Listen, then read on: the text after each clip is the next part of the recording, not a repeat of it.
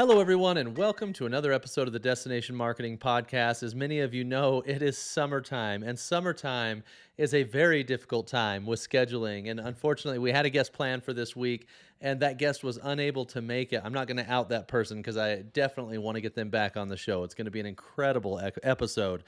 But in the meantime, I did an episode recently of Destination Discourse with Stuart Butler, and we talked specifically about RFPs and what's broken in the RFP process, what's working in the RFP process, and what is the best way to select a partner, whether that's for an agency partner, a strategic planning partner, a SaaS partner, whatever it is. How can you structure your procurement strategy in such a way that you can really hire the right partner? I think it was a great episode, a great discussion.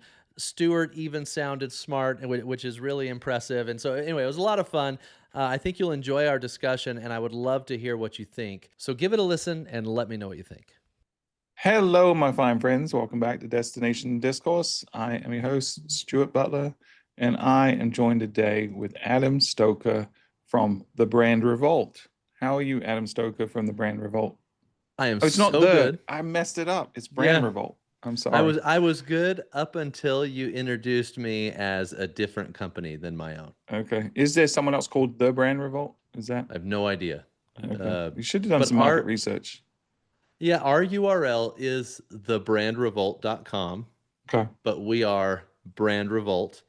Okay. And I understand that there's some confusion there because of the URL. So I'm going to give you a pass because it's only the 7th time on this show that you've done that.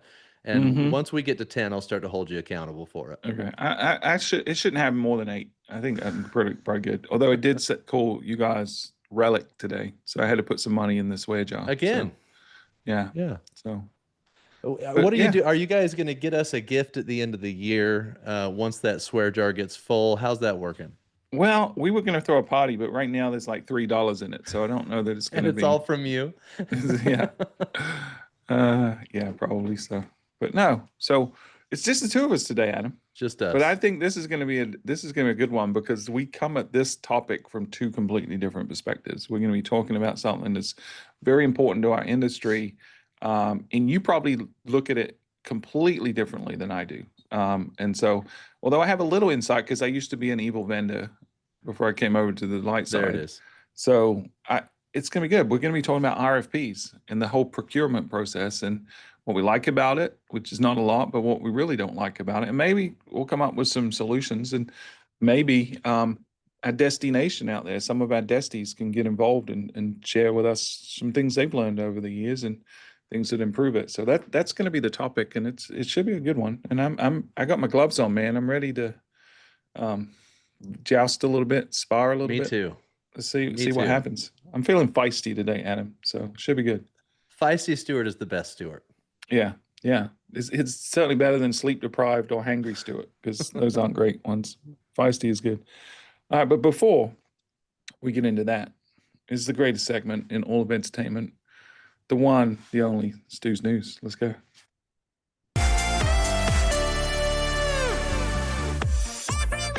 Are we doing the whole thing? I'd rather you didn't. I just feel like we've only done the second half for a while, so I think I'm going to stop it. I'm going to stop it at half. I mean, the hook's the best bit, right?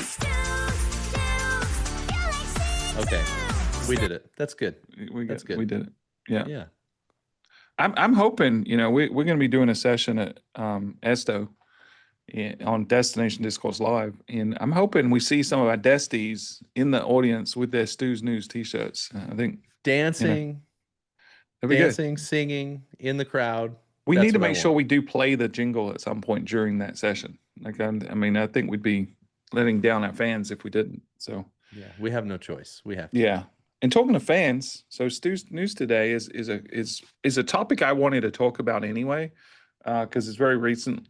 Google had their I/O conference and this annual event where they sort of release some of their new things, and I think there's a lot of great stuff. Go research that. We don't have time to really dig into it in a Stu's News segment. Maybe it's a full episode later, but VO3 was the thing that everyone was talking about afterwards. So for those of you who don't know, this is their AI video generation tool, version 3.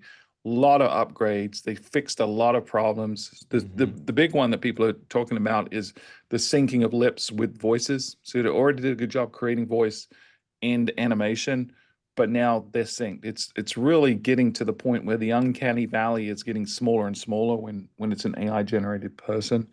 And I haven't played around with the tool yet, but I've been looking at a lot of the things people have created. And I got to tell you, man, we're getting closer and closer to this being a really viable tool that could have massive implications, not just to destinations, but for all people that are creating content. And so, wanted to talk a little bit about that, but we'll frame it around a question that we got. So, one of Yeah. our desties left a comment on one of our Spotify episodes recently. So, Adam, if you want to read that out. Yeah, this is a repeat commenter here. So his name's Dustin Rowe. And Dustin, thank you for leaving this comment. You said, I'd love to hear a segment on AI gen video. VO3 from Google is going to be game changing for content creation. How do you feel about AI generated UGC? Yeah. So I think we're at the point now. There's even some examples in their library of people that have created influencers or content creators that are posing as if they're real, talking about a destination. Like that seems like a good use case. Now, I think right now with VO, and by the way, for those listening, when we say VO, it's VEO, not just VO, just to clarify. That's Yeah. their tool. Um, but it's creating like 5 second snippets of stuff, right? Maybe 10. You can extend it a little bit. It gets a little broken beyond that. But I don't think we're at the point where we're creating 30-second commercials Well, really well yet, although you can stitch it together and it's getting really close, right? But for enterprise, yeah. they're allowing 30 seconds to a minute. And Okay. for the non-enterprise account, it's 8 seconds. Up to eight Okay. seconds is what you have. Got it. Okay. So, and I don't know the pricing of that, but it's certainly something our team is going to experiment with. But I think we're probably, I think, 12 months away from being able to really create a good solid 30-second spot with AI. Um, as a DMO without like a ton of video editing skills, right? I think we heard folks like the Russo brothers who do some of the Marvel movies. They said a year ago they felt like they could create a full 2 hour Marvel movie within the next 2 years using AI. So I think we're rapidly accelerating towards this place where we're going to have some decisions to make, and one of them is around this. It's not just UGC. It's about authenticity, right? It's about what are we willing to do, but also what's my responsibility to my community if I'm investing taxpayers' dollars to promote my destination, and now I can create something that used to cost me $200,000-300,000 to create a 30-second spot, like a high-end 30-second spot. If I can now create that at a vastly cheaper rate, but the quality's there, am I obliged to do that or not? So I think the UGC question is more about authenticity and being truthful in storytelling to our audience. So Adam, I'd love to hear your specific opinions on that. Yeah, when it comes to UGC specifically, we are kind of nearing a fork in the road where, and I would like to pretend that we get to decide whether or not You and me UGC, specifically, we decide for everyone. we being marketers, really, Okay. because here's what's going to happen is the zone is about to be flooded with fake UGC, inauthentic content generated through some of these video models like VO3. And if that actually works and it gets engagement and comments and shares and generates visitation, we don't have a choice as marketers because the market will have decided we're reacting to these videos. We're willing, even though it's AI, we're willing to take action based on these AI videos. And so as much as I would like to pretend that our call for authenticity as marketers and our kind of purist approach to marketing is going to stop this wave, the only thing that will stop it is whether or not the consumer reacts. And so my immediate reaction is I think it's going to be tested regardless of whether or not we believe it's the right thing. And those tests over the next 3 to 6 months are probably going to decide whether or not people are going to be actively using these videos for UGC, even though they're fake creators and all of this, because we don't get to decide. I guess that's my thesis here is the market decides, and you and I, we can make our best prediction, but it all depends on what the consumers are going to react to. Yeah, and I think you're right. I think there will be certainly people that go all in a way that's inauthentic and dishonest and manipulative. And marketers, there's always bad actors, right? There's always a lot of the reasons some of the regulations related to spam and privacy and all this other stuff happen is because there are bad actors that are going to leverage any tool to their individual maximum benefit, right? And so I think that can work in the short term for sure for anyone. You can game a system, you can maximize it, you can go back to the days of SEO and black hat SEO where you would hide text at the bottom of the page, white text on a white background so no one could see it, right? So you can always find a way to game a system, but sooner or later those things tend not to work. There might be some arbitrage where you gain early adopter advantage, but for me, what we try to do is say we're trying to create a long-term, lasting, valuable relationship with our guests. We're in a destination in Myrtle Beach where people will come back. If we get them once, we'll probably get them twice. If we can get them twice, they're going to come back year after year. We 2/3 of our visitors are repeat visitors, and so we're in a long-term relationship with these people, and so we don't want to do anything in the short term that benefits us that hurts them or erodes the relationship. So we sort of look at things, look at the social contract we have with people. So right now, if I take a photo, would we use Photoshop to make the sky look a little bluer, right? Take out some clouds or the ocean a little bluer. Absolutely, we do that stuff. We don't feel like that's manipulating or being dishonest. That's putting our best foot forward and presenting us in the right light, right? So I think we're comfortable doing that kind of thing.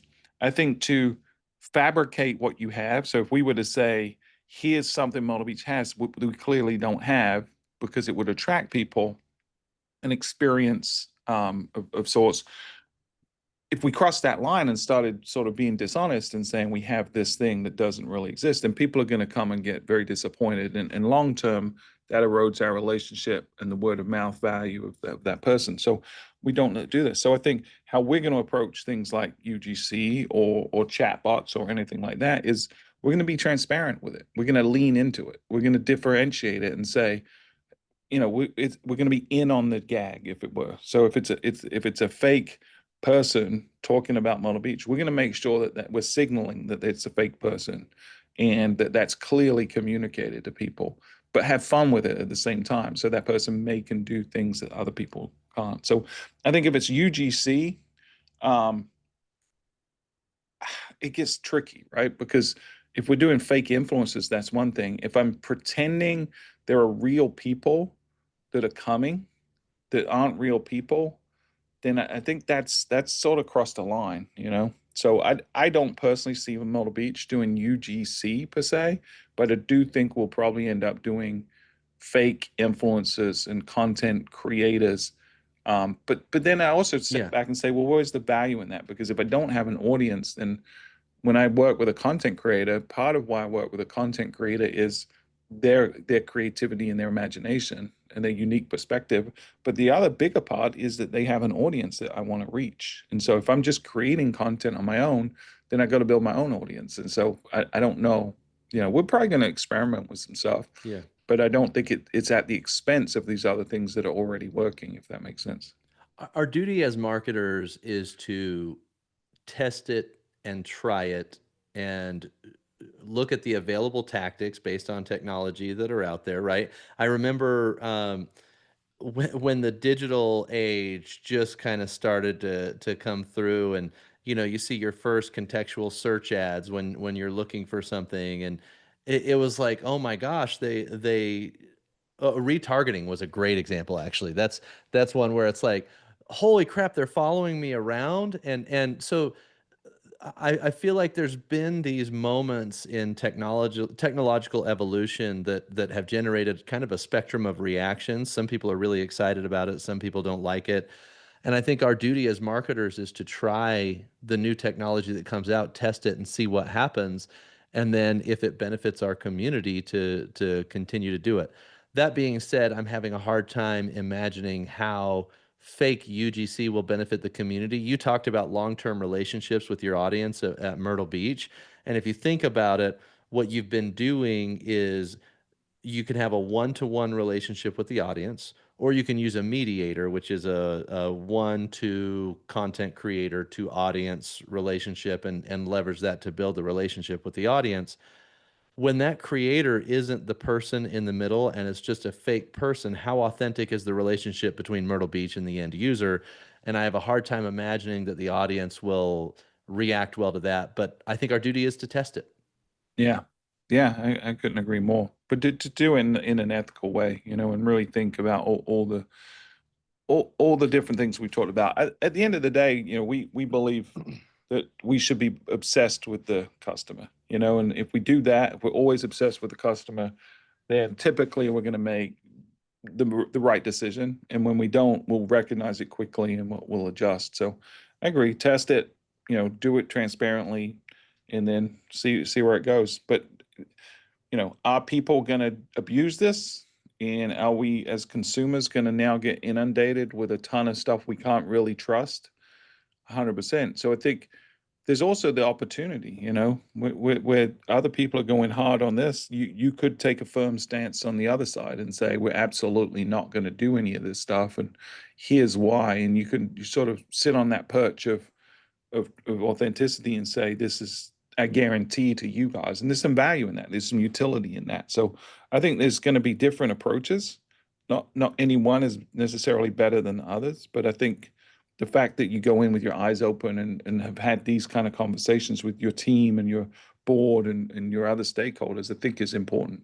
So I do think, and this is the last thing I'll say on it, this will benefit destinations that work with real content creators, because if content is about to be commoditized again at another level, um, a lot of these creators that have been kind of the only show in town and have continued to raise their prices and all this kind of stuff, I think they're going to have to be more competitive just with more availability from DMOs and other organizations. And so I do think it could benefit the budgets of destinations that this is coming out. Guys, for the last several years, I have put so much thought into what the website experience should be like in the destination marketing space, especially as visitors are changing their buying habits and changing the way they're preparing for trips. And then I've talked a lot about this transition that needs to take place to building sustainable communities through content. And the website experience that has existed in the space for a long time, to me, is no longer the correct website experience. And there's a lot of change that needs to happen. I've actually partnered up with a really amazing organization who's been in the destination space for a very long time. And we've reimagined the website experience for tourism destinations that's much more owned media centric and allows destinations, as they're increasing the volume of video content that they create, to display it in such a way that creates a much more seamless experience for the visitor as they're planning their trip. And if you would like to pilot this new version of a website that's much more content and owned media centric, I'm looking for 5 destinations who want to pilot test this product, give it a try, and actually see how to. Sorry, let me redo that, Adam. I'm looking for 5 pilot destinations that would like to give this product a try and help us pilot what the future of destination websites is going to look like. There's going to be a little bit of trial and error, and we're going to have some failures along the way. But if you, like me, are sick of the same old website experience on every single destination website and you'd like to try something new, we can pioneer the future of destination websites together. Reach out to me, Adam at thebrandrevolt.com, if you're interested in being a part of this pilot. I can give you more information on that. And I'm looking for some partners who are forward thinking and ready to try something different. Let me know. Oh yeah, no question. I mean, that's to me is the big opportunity in the short term is the efficiencies that we're finding through AI. On a daily basis, we're finding ways that we can do more, and we're also seeing the impact of that in terms of the reduced friction in being a thought leader and being a content creator is already prevalent. Just look at LinkedIn, right? There's a lot of folks, including myself, that can now produce a lot more content because AI is helping, and I think there's Yeah. folks out there that are doing that I like to think I'm doing that in a way that's sort of I'm giving my personality and showing um, content that I'm influencing. But then you're seeing other folks out there that are just sort of churning out garbage, surface level content that isn't really helping anyone and isn't really a reflection of their own opinions. And and it's just noise. So Have we're you going to see that seen on the video stuff side too. have you seen the new AI commenter tools that are out there that will scan LinkedIn for Hmm. posts Yeah. and put comments that are meant to look engaging and have a question at the end of them, but there's no Yeah. human behind it and you can Yeah, tell? and they're just trying to promote their whatever it is. We've gotten a Yeah. couple of those on some of our posts, So we're going to have to become increasingly discerning and distrusting. I think that's the reality, and it's a shame, but I don't know that there's any alternative to that. Yeah. But filtering and is going to become more important. I think how we select what we want to pay attention to is going to be important. And there'll probably be a whole nother layer of AI that comes out for that side of it, right? It's like, here's all the noise. Let's aggregate this into stuff, and then over time, machine learning can pick up on what you like and what you don't, and just get rid of the noise. So as a marketer, that also means it's going to be harder to reach an audience because the signal to noise ratio was just gone completely on the noise side, and Yep. so attention is going to be harder to get. But it is what it is. So I'd love for other people's feedback on this. What are you guys doing? If you're interested in experimenting with video creation and in UGC creation specifically, then let us know. We'd love to hear from you guys. You can always email me, stuart.butler@visitmyrtlebeach.com, or you can hit us both up on LinkedIn, or leave comments in the show on Spotify. So let's jump into the topic. I think this is going to be a fun one. So do you have a specific thesis around this? I think I do, but Yeah. I'd love to hear if you have a thesis yourself. Yeah, and to give everybody some background, this is something Stuart and I have talked about a few different times off camera, and I just as we're talking about destination discourse, people are coming in with their kind of hot takes, and as someone who has been working as a vendor in the destination marketing space for 13 years, I just have to say it that the procurement process in the destination marketing space, in my opinion, is completely broken. And the reason I think it's broken is because this process that's being used as gospel truth of how to find a vendor that's going to be right for the destination does not match the way to do it. I guess what I'm saying is, I think if you want the very best chance of making sure you find a partner that doesn't match the goals and incentives of a destination, go through today's current RFP process because it all of the incentives and I'll talk through some of these as we go through the conversations, but I think all of the incentives based around RFPs don't match what the actual desired outcome is. And it results in misaligned expectations. It results in archaic approaches to new problems. And I actually think it sets everyone up, including the destination and the vendor, to fail. And I think it's something that needs a complete revamp. Yeah, and so my thesis would be along the same line, and but where I'm at is it's kind of like that quote about democracy is the worst form of government except for all the other forms, you Hmm. know. And I feel like this is the same way. It's like this is the worst form of procurement other than everything else everyone's ever tried. And so I don't know if we're going to get to the bottom of solutions today, but I think we can probably both from our specific vantage points articulate where some of the problems are. And I've got a couple of things we've done to try to improve it, but it's sort of iterative. It's not significant. So do you want to start out from the vendor perspective where the problems are? Yeah, I can definitely do that. And I'll go through kind of a few components to paint the picture. As a vendor, I'll do it from my side. I get, gosh, at this point, I get at least an RFP a week from destinations who are looking for a new agency partner.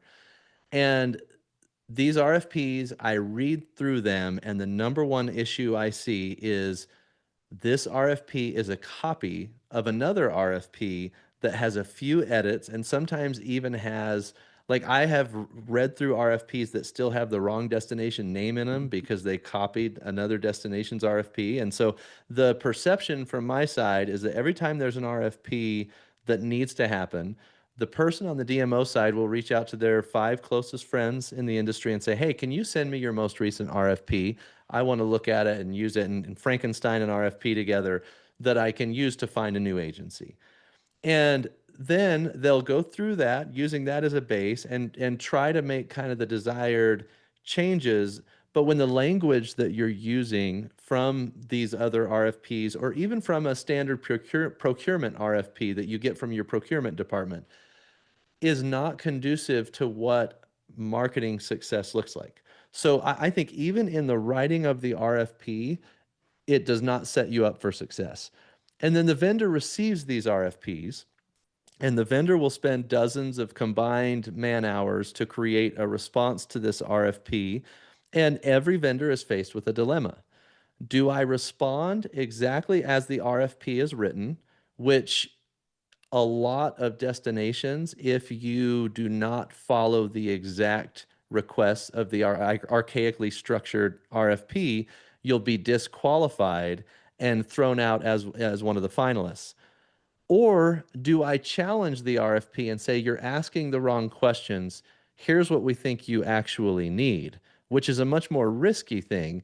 But then when you've got a bunch of non-marketers or non-destination marketers, board members, committee members, things like that, reviewing the RFP, they're not reviewing for the best ideas in a lot of cases. They're reviewing for the closest match to the incorrect document that was sent out to everyone to respond to.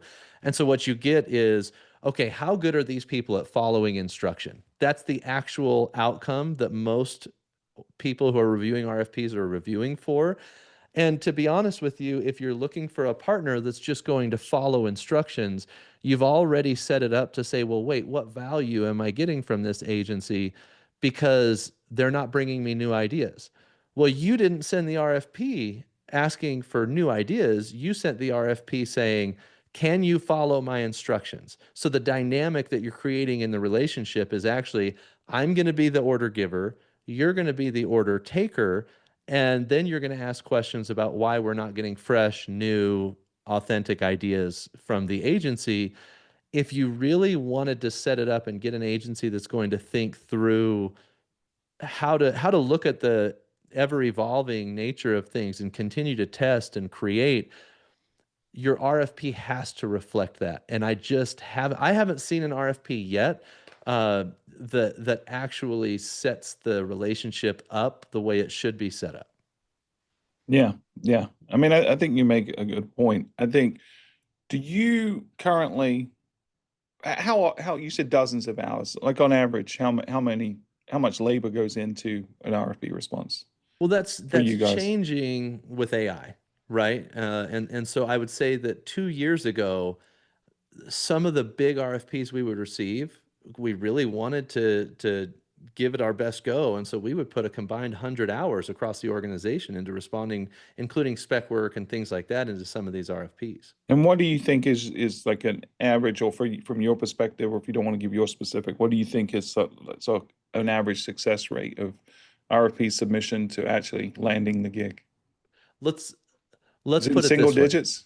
Oh, it's way below single digit. I mean, we're talking 1 to 5% is the winning rate on these And RFPs. do you get through, because a lot of them will be in rounds, right? There'll be like an Yeah. initial submission, and then like a maybe a Zoom call, and then maybe an in-person. Are you finding that you're getting through first step, second step? Yeah, in a lot of cases we'll be a finalist. Um, Yeah. But I think this kind of, with the incentive structure that's out there for the way these RFPs are built, the Hmm. safe choice, when you're dealing with the top three, you've probably got one that submitted a radical idea, you've probably got one that was middle of the road, and one that was really safe. And these committees, especially when you've got committees with varying incentives, varying opinions, the safe choice 90% of the time is the choice that's made, and that's usually going to be the agency that has 170 destinations Hmm. that they work with and can demonstrate this longstanding track record of old tactics to solve today's problems. Yeah. So it's certainly broken. I also think it's disadvantage to a smaller agency, especially a newer, smaller agency, right? There's a massive disadvantage there. So let me set the table from the DMO perspective, right? So we take like fairness very, very seriously, right? We have to. And so I think we're sort of forced to incorporate our stakeholders in the process for Define fairness transparency. for me. Well, to make sure there's no nepotism going on, to make sure that we're rigorous in vetting, that there's opportunity for different agencies, non-incumbents, to have a shot at it, right? I think increasingly some folks would argue that there's a case for making sure there's diversity of provider and stuff like that, right? So I think there's a lot of things that are rolled up into fairness, but at the end of the day, it's making sure that the people that are making the decision are making the best decision for the organization, not the most convenient decision for them, not the one because it's their buddy or anything like that, but it's ultimately going to be the best investment for the community's dollars. So I think that's why that it's set up in a certain way. That's why it's set up so the RFP process has like scoring and things like that, like unilateral scoring across the board. So when we do it, I'll talk about our process a little bit. Regardless of the department, it runs through our admin department. Our admin department issues RFPs, and you could argue the merits for and against that. It is a standard template. It is a Mad Libs, if you will, where you fill in the requirements.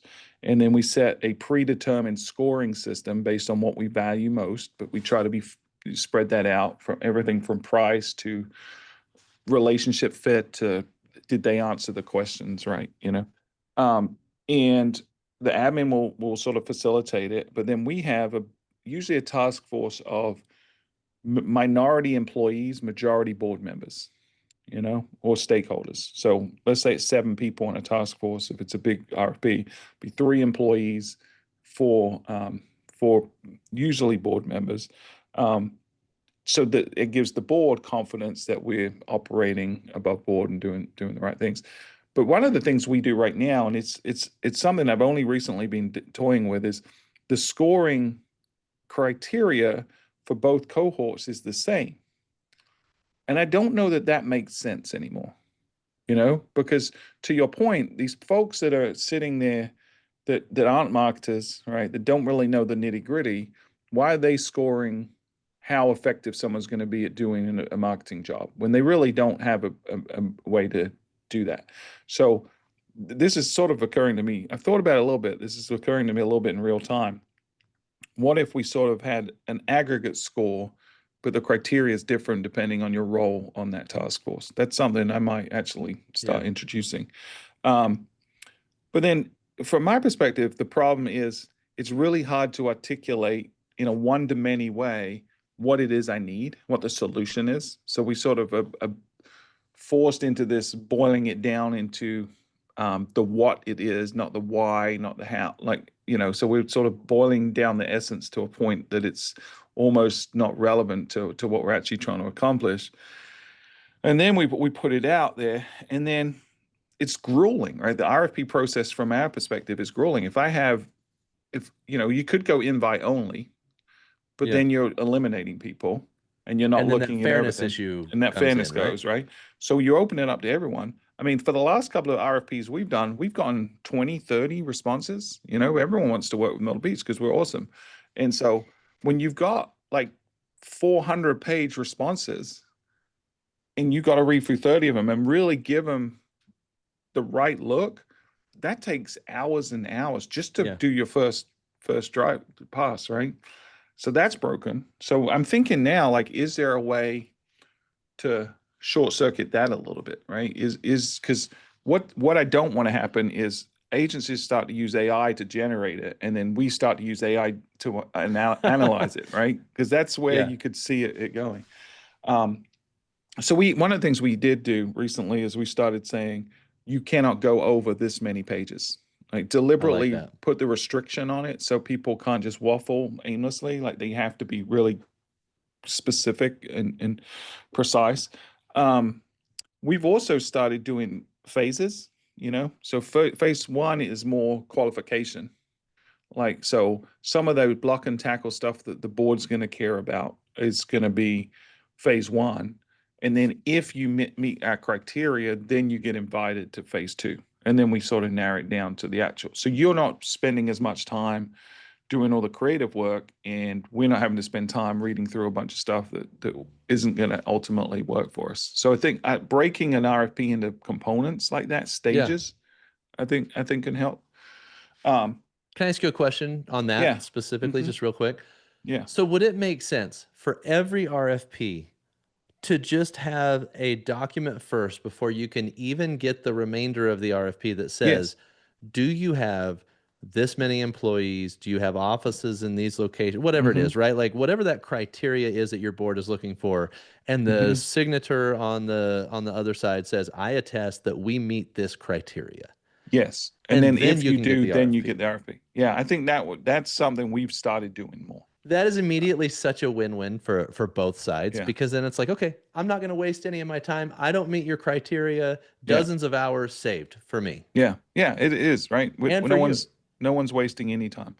Um, I think deciding on what that criteria is important though, because I think generally speaking, I want confidence that it's in the Goldilocks size, right? It's not too big, it's not too small, Yeah. it's the right size of team. But I also want innovation, right? I also want, and sometimes the smaller companies bring innovation that the big companies don't always, right? So there's a balance there, but I think you can decide on certain criteria.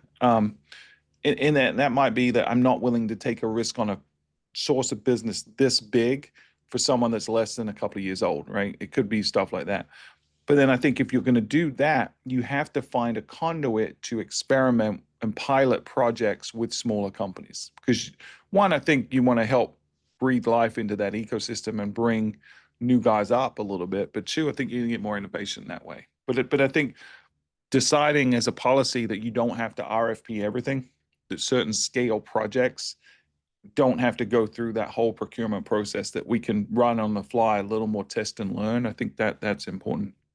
Um, my biggest pet peeve in RFPs, I think we've solved it though, um, is historically people would bring in their A-list talent to do the dog and pony show, right? And they would wow you and they would be spectacular and they would be the smartest people you've ever met. And you get really excited about all the vision and the creativity in the room. And you build great relationships and then you sign them. And then all of those people disappear because they're working on the next RFP and you get given the cheapest or the newest or the rookies on your account, right? Because there's an incentive for agencies to sell their best and to provide their cheapest. They're going to make more money that way. But it never works long term. And that's why I think a lot of agencies have so much churn. Like a Yeah. lot of agencies have so much client churn.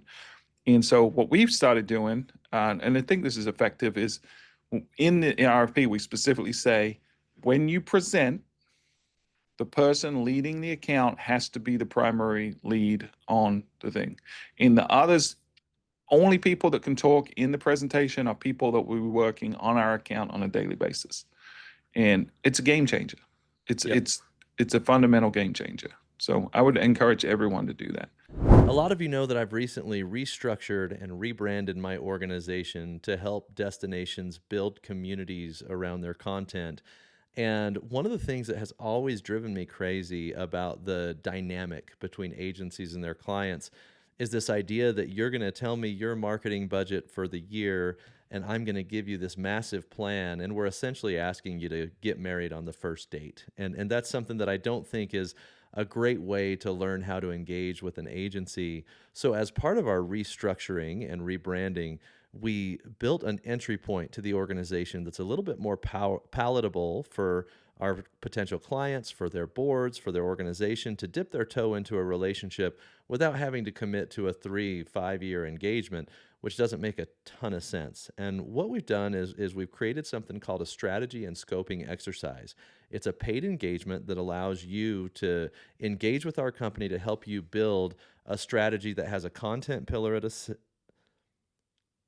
sorry.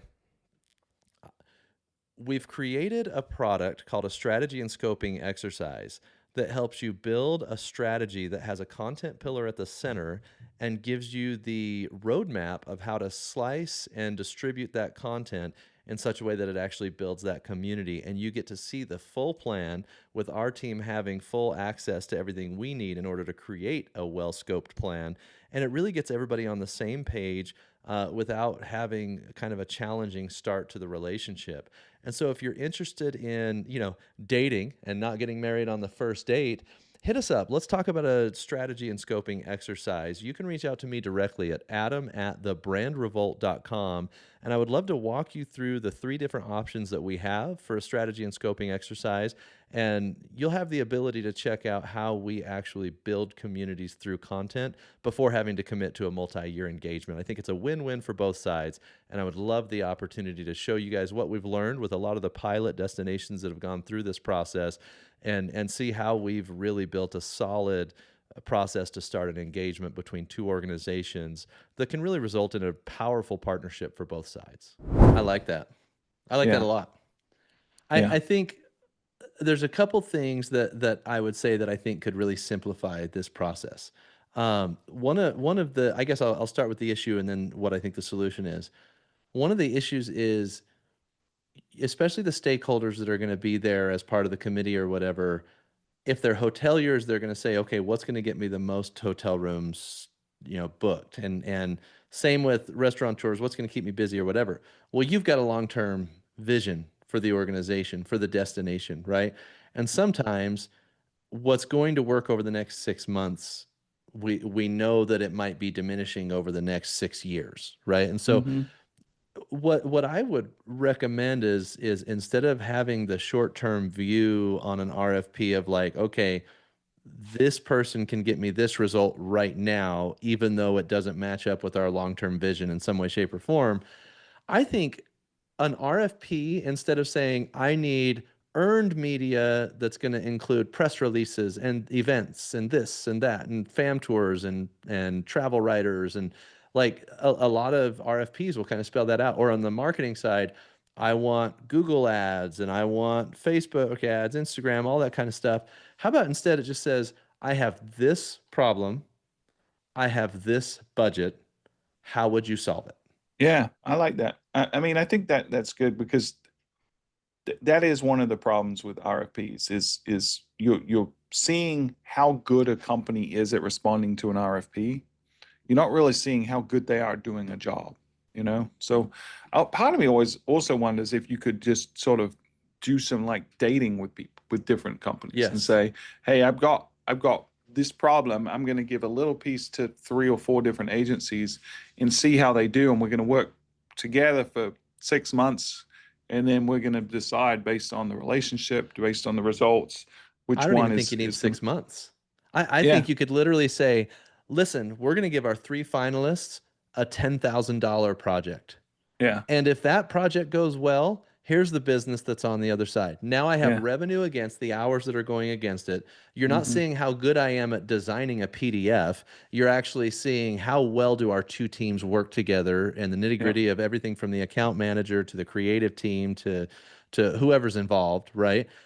And you have a vision actually for what the dynamic between the 2 organizations is going to be for the future. hmm, In my perfect world, that's what it looks like. If I make it as a finalist, I get the opportunity to prove that we're a good partner. And I think hmm. every vendor would appreciate that, and every marketing team who has to work with the agency that the senior brass selected will appreciate that more too because they actually get to see what it would be like on a daily basis. Yeah, so I'm going to put on my Adam Stoker hat here a little bit and sort of push back a little bit. So if I'm a small agent or a small DMO or even a big DMO, right? My limited resource is time. Like that's Hmm. always the limited resource. Doesn't matter if you've got one employee in marketing, half an employee in marketing, or 10 employees in marketing. It doesn't matter. Time is your limitation. And so the thought of me now having to onboard and work with 3 or 4 different new vendors at the same time scares me a lot. And so you'd have to set it up in a way that these folks can get what they need from me, Yeah. but without bogging me down on the day-to-day basis, you know. So the projects would have to be the right type of projects, right? But what's more valuable or invaluable? Wasted time over 3 months or a bad relationship over 2 years, right? It Like that's depends on what the opportunity cost is. Yeah, you're right. I mean, if we're taking a long term, it's worth the investment in the short term, right? But the yeah. day-to-day reality is we had this conversation today with our team. It's like, I need us to go 100% on this thing. And they're like, well, I can, but I'm going to need to go less percent on some other things. So you tell me which ones I'm going to take my foot off. So there's always a opportunity cost, but I do kind of like the framework. I think it's interesting. You know, when we did our website RFP 3 or 4 years ago now, we actually didn't put out a website RFP. We broke it down and said, here's what we're eventually going to do, but that'll be phase, I forget if we did 2 or 3 phases, but we said phase one is going to be who's going to sit down with us and plan out the scope of the next website for us. And if you do that well, you know, that's a much smaller thing to bite off than the full website redevelopment, right? But if you help us plan a really great website, then you're probably going to get the gig, right? And we end up going with Miles, and they did a good job with the planning, and they ultimately got the execution job. But we didn't commit to that upfront because we wanted to see if that was going to work. And really, we selected them because of philosophy. The way they saw the future of the website was the same way we saw it. And I think that's as important as the mechanics of checking a box and seeing if you can accomplish the work. If we're philosophically aligned, we're much more likely to be successful in the long run. You got to date before you get married. And, 100%. I mean, I don't know. I think this is one of the only places in the world, especially we're talking, for you guys, we're talking 7 figures on the line with Hmm. relationships with vendors. For smaller DMOs, even though the numbers may be smaller, the percentages may be bigger Yeah. when they're working with a vendor like this. And yet we're saying before we even get a chance to get to know each other, work together, see what the dynamic will be, we're going to get into a 2 year contract. And I don't know, that scares me. Yeah.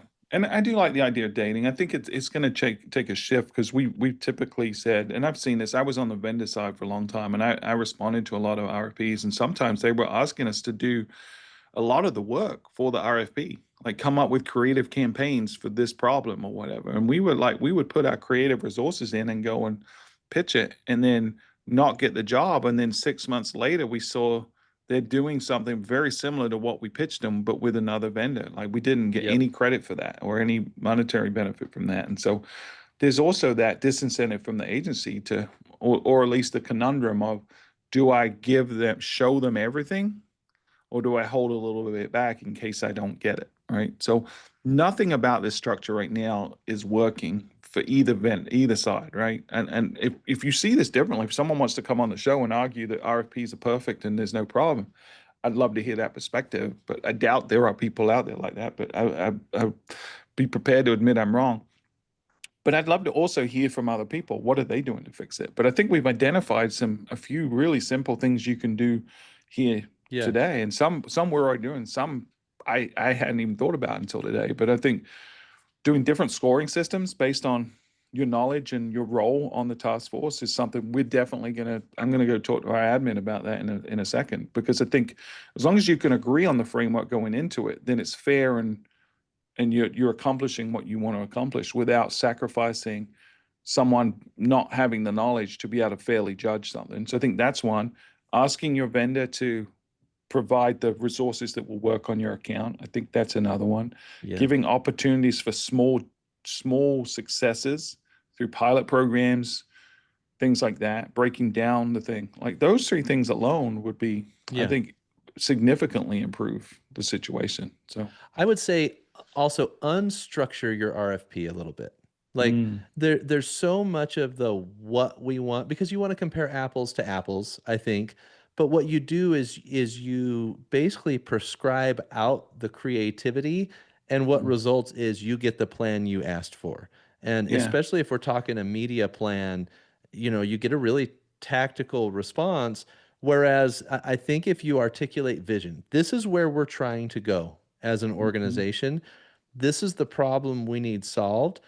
That should be like a 1.5, 2 page, 8.5 by 11 document that the agency can then go. And I like your idea of putting a limit on the length of the RFP, Stuart, because mhm. otherwise you're going to get just these wild, long responses that are unnecessary for both sides. But let's say you put like Written in AI with no meaning or fluff, yeah, yeah, you know? exactly. And so instead, if I can come back and say, this is exactly how we would solve the problem aligned with your vision, Hmm. I think it would be that's a much better conversation starter than here's what our margin will be on Google ads and here's what our margin will be on Instagram ads and so Hmm. on and so forth. And it's like we're not even having an intelligent conversation at that point. Right. So I think, if we looked at it slightly different, so the prerequisite of here's the prerequisite information we need to compare you on to make sure you qualify, right? And then we can do an apples to apples comparison. I think that's good. But then there's a minimal piece which is them working in isolation and submitting something to us. Where I would get more value is you articulating sort of your broad perspective, and then me, if I agree with that perspective or it's aligned with us, then I want to have conversations about it. I don't want to read documents about it because I Yeah. want to poke and ask questions. So maybe that's the other piece of this is Yeah, you should it break be it up into video steps, right? instead of Yeah. just written? Or we jump to the interview process earlier, and it's not just a 30-minute interview, right? We actually spend some time really getting to date each other, to use your Yeah. analogy, and we really get to understand the ins and outs behind what the thoughts are. I kind of like this. I'm actually, you Yeah. got me excited about RFPs again. So Never thought I could do it. no, no, for sure. But I would love to hear other perspectives on this from vendors and stuff. I mean, we're forced to do RFPs in a lot of, it's not ideal, but I do think it's like I said at the beginning, democracy is the worst form of government. It's just better than everything else. Yeah. Um, I think RFPs are the same. Like, I don't know that you could eliminate RFPs from us if we're being good stewards of our taxpayers' dollars. I think that you could get sideways really quick Yeah. and you lose the protection of the organization that way. I agree with that. I think the process needs to evolve. And Mhm. I'll just kind of wrap with this for the destination marketing space. The vendors in the industry, especially with some of the things that have changed, like ARPA funding drying up and the venture funding for a lot of these venture-backed organizations, it's harder to get funding than it was in the past. I think Mhm. vendors are the primary source of innovation in our space just because of the structure of DMOs, how as quasi-government organizations, it's really hard to have a massive R&D budget and things like that. And so Mhm. innovation needs to come from the vendors. And vendors are struggling. I talk to vendors all the time, and across the board, I can tell you that a lot of the vendors in the industry are struggling. And the idea of continuing to spend dozens and dozens of combined hours on RFP responses when the system is broken, I think it's a very difficult ask if we want to continue to have the vendors that have innovated in our space continue to innovate and invest in our space. And I think the dynamic between vendors and agencies needs a little evolution, just like everything else is evolving now. Well, so just don't respond to one of the RFPs this year. Spend that time creating templates for the perfect RFP and then put that out publicly on, I don't know, a place like Tourism IQ, and then see if you can get DI and others to start promoting the fact that here's a standardized template for RFPs that fixes a lot of the problems. I think if you had the right coalition of people, you could probably get some momentum behind that, you know? Yeah. So but I Yeah. agree. I think I it has like to that. come from the benefit. I could sit down and redesign the RFP process from scratch, but then I would want to probably selfishly keep that to myself. And there's not really an incentive for me to share that with necessarily with everyone else, but I probably would, because I do things like this show, which are not entirely in my own interest. So, but there's probably not a DMO that's going to take the lead on that, other than to look at it from their own perspective. So, yeah, Yeah. go do it, Adam. Go fix the RFP problem. We're going to work on it. Yeah. Now my brain's running. I'm like, nah, I kind of want to do it too, though. So I don't know. Maybe you come up with your own version. I'll come up with my own, and then we'll have people vote on it. How about How that? about you do it and I'll just present it as my own? Does that work? Well, I mean, that's basically what you do with this show. So, Oh, okay. Very well done. Very well done. awesome, man. It's that time. But I appreciate this conversation. It's good. You've actually, like, we talk a lot about this show being a love letter to the industry, and we want to be better tomorrow than we were today. But I got to tell you, there's often, and this is one where I'm learning on the fly, and I'm a better CMO for being a participant in the show. So hopefully our audiences are also feeling that benefit. And everyone that's listened to this today, hopefully the next RFP they do will be slightly less bothersome than it was previously. So, Yeah, yeah. I mean, you mentioned it's a love letter to the industry. This is where I want to spend my next 30 years, and I know there's a lot of vendors that feel that way, and I would love to see us be able You're to. gonna work till you're 90? That's pretty impressive, man. I'm going to work till I'm 110, Stuart.